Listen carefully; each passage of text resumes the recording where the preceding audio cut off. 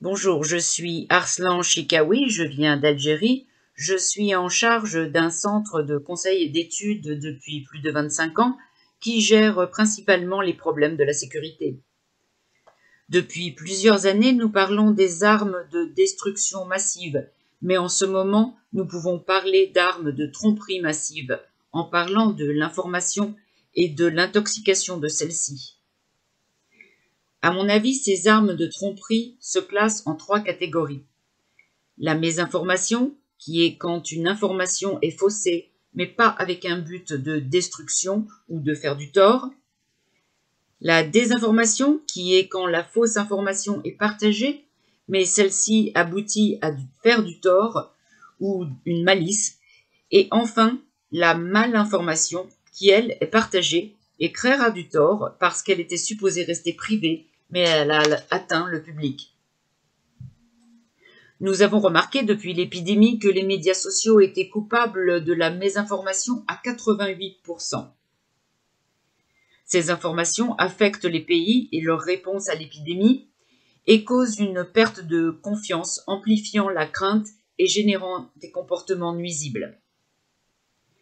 Ce que nous remarquons pendant cette crise, c'est le manque de communication entre les institutions, ce qui fait que celles-ci ne sont pas capables de répondre suffisamment rapidement à la vague de désinformation.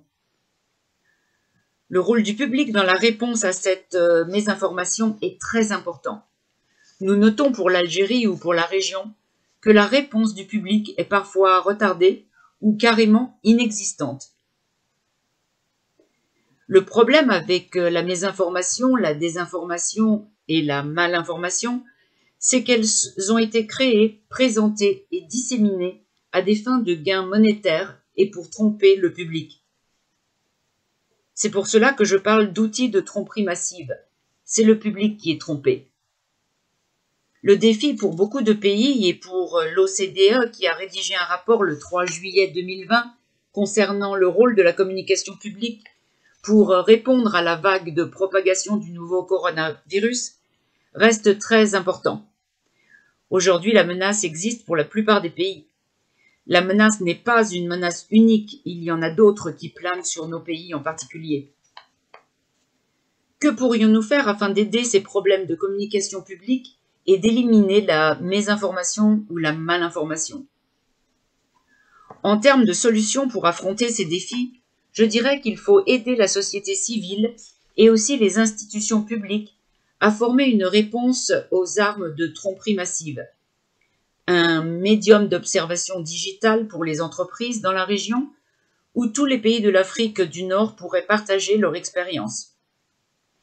Créer un hub de vérification des faits pour les intervenants ou pour les pédagogues, afin qu'ils communiquent entre eux et qu'ils soient connectés activement aux différents groupes des médias. Ceci serait ma recommandation, que le centre NESA ou l'US Africom pourrait aider à mettre en place. Une autre recommandation serait de développer un plan d'action pour lutter contre la mésinformation. Il y a certes une crainte envers la mésinformation, mais il y en a une aussi envers la communication. Le problème dans nos pays, c'est que la société civile ou les institutions privées ne sont pas capables ou n'ont pas l'expérience afin de créer un plan d'action. Ceci conclut ce que j'avais à vous dire et je reste ouvert à vos questions.